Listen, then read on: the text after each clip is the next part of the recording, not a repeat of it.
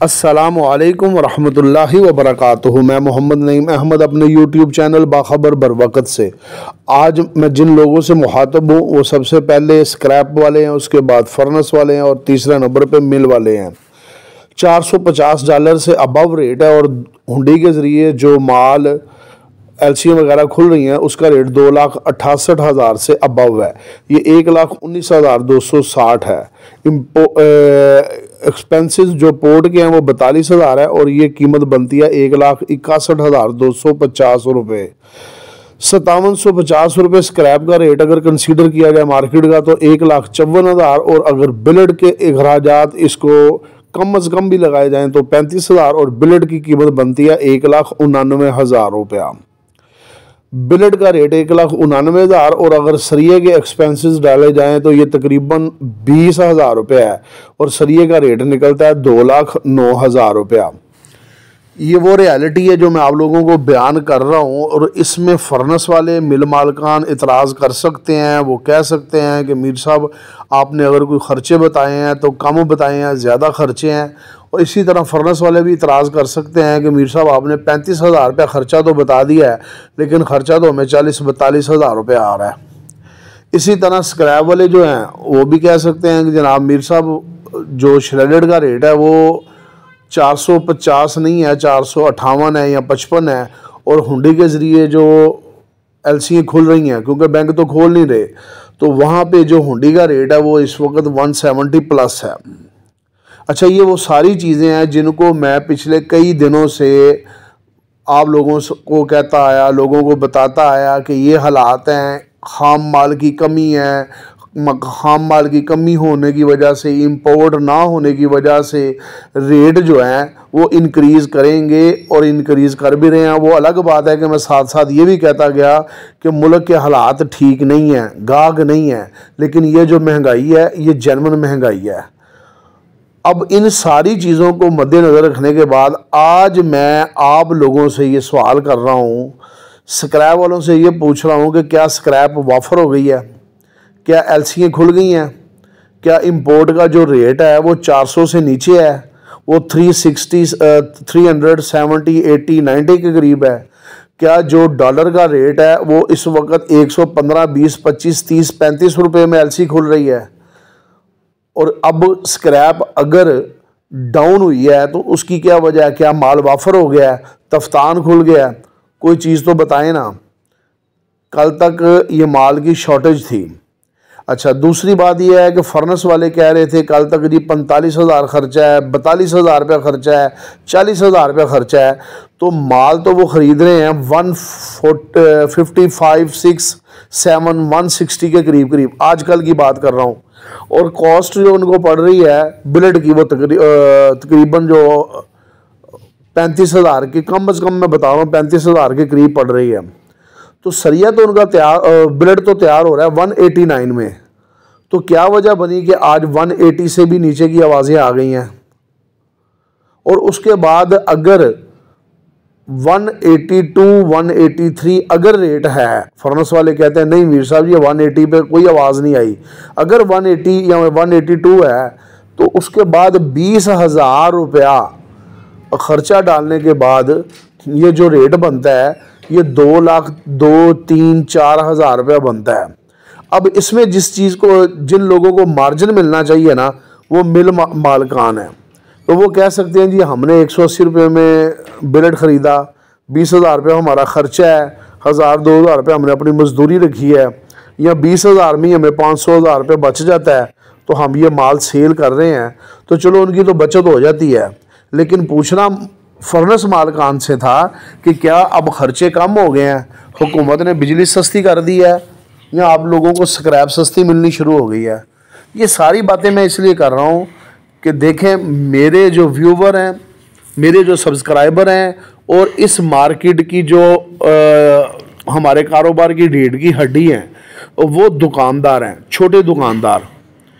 जैसे ही market up होती है आप लोग उनको बावर करवाते हैं, हम लोग उनको कहते हैं ये खर्चे पड़ेंगे, माल की शॉर्टेज की वजह से स्क्रैप का रेट बढ़ रहा है और आने वाले दिनों में मार्केट अप हो सकती है। ये हम लोग भी कहते हैं और आप लोग भी उनको कहते हैं जी अब महंगा हो जाएगा। वो हमारी बातें सुनने के बाद हम पे यकीन करते हैं या आप लोगों पे यकीन करते हैं कि यार हमारा इनसे साला साल का तल्लक है, साला साल का कारोबार है और ये हमें गलत बयानी हमारे साथ नहीं करेंगे। तो वो हमारी बातों को और आपकी बातों को मानने के बाद जब वो माल को ख़रीद लेते हैं तो माल अभी उनके गोदामों में नहीं जाता, उनके सेल पॉइंट पे नहीं जाता, तो बाद में पता लगता है कि मार्केट 5-7 हज़ार रुपया उड़ गई है, डाउन हो गई है। तो मैं सिर्फ आप लोगों को ये कह रहा हूँ कि क्या अगर जेन्युइन मार्केट तेज़ है, आपको नज़र आ रहा है कि जो इंपोर्ट स्क्रैप है अव्वल तो वो इंपोर्ट हो नहीं रही, एलसीए खुल नहीं रही, और अगर खुल भी जाएं तो वो पाकिस्तान में आके राउंड अबाउट 160 के करीब करीब पड़ रही है। वो अलग इशू है, आप लोगों को रिबेट मिलती है, रिबेट उन लोगों को ही मिलती है जो करोड़ों रुपए का माल पहले एडवांस बुकिंग करवाने के बाद माल खरीदते हैं और फिर माल का इंतज़ार करते हैं 30 दिन, 40 दिन, 12 दिन, 15 दिन, और उसके बाद माल उनके घरों में आता है। ये उनका हक है कि वो जो पैसे लगा रहे हैं, जो सरमायाकारी कर रहे हैं, उनमें बचत उनका हक है। मगर ये बात समझ से बाहर है कि जो माल उनको 160 में पड़ रहा है, रिबेट मिलने के बावजूद वो 153, 4 जो भी कह लें उनको पड़ रहा है माल, तो उस पर जो अगर 35,000 रुपया भी ख़र्चा डाल लिया जाए तो बिलेट का रेट तो 185 बनता है। तो क्या वजह है कि वो लोग 180 से नीचे भी देने के लिए तैयार हैं? या खर्चे का वो झूठ बोल रहे थे, या खर्चे की बात गलत थी, या जो माल इंपोर्ट है वो सस्ता मिल रहा है। हालांकि मैं इन चीज़ों का गवाह हूँ कि बिल्कुल कि ये जो है इंपोर्ट का रेट यही है, और जो एलसीएं खुल रही हैं हुंडी के ज़रिए उसका डॉलर का रेट भी यही है। लेकिन मुझे बताएं क्या क़यामत आई है? शुरू से लेके अभी तक तो मैं एक ही बात कह रहा हूँ कि अगर किसी चीज़ को फ़र्क पड़ेगा तो वो स्क्रैप है। वो ये होगा कि जो लोग 18 घंटे 20 घंटे चला रहे थे, 24 घंटे चला रहे थे, वो 18 कर देंगे, जो 18 हैं वो 16 कर देंगे, वो 16 वाले 12 कर देंगे। ये तो बात मानने वाली है कि स्क्रैप की जो है डिमांड कम हो जाएगी। स्क्रैप तो नीचे आने का अंदेशा था और आ भी सकती थी, और अगर फर्नेसें बंद हो जाती तो ज़्यादा डाउनफॉल आ जाना था। मगर अब ये नहीं समझ लग रही कि ना तो क्या कहते हैं आप लोगों ने प्रोडक्शन कम की है, अगर प्रोडक्शन कम की है तो फिर उस लिहाज से बिलेट का रेट अप होना चाहिए था। बिलेट आप मुसलसल डाउन होता जा रहा है। तो यार खुदारा आप उन दुकानदारों का भी ख्याल किया करें जिसकी वजह से कारोबार यहाँ पे जो लोहे का कारोबार चल रहा है, सरिया, टीआरएन, गार्डर, उनका भी आप ख्याल रखें कि वो लोग जो महंगे माल लेके अभी अपने उनके माल पहुँचे भी नहीं हैं और 8 से 10 हज़ार रुपया या 7 हज़ार रुपया मार्केट डाउन हो गई है, तो उन पे क्या क़यामत गुजरती होगी। इस तरह बार बार मार्केट को ऊपर करने से, नीचे करने से, गिराने से माँ सिवाय माफिया के अलावा और किसी का कोई फ़ायदा नहीं है। अगर इसमें कोई क्राइसिस में आएगा तो वो फर्नेस वाला आएगा, इसमें क्राइसिस में आएगा तो छोटे दुकानदार आएंगे, इसमें कोई क्राइसिस में आएगा तो मिल मालकान आएंगे, मगर माफिया जो है उससे फ़ायदा उठाएंगे।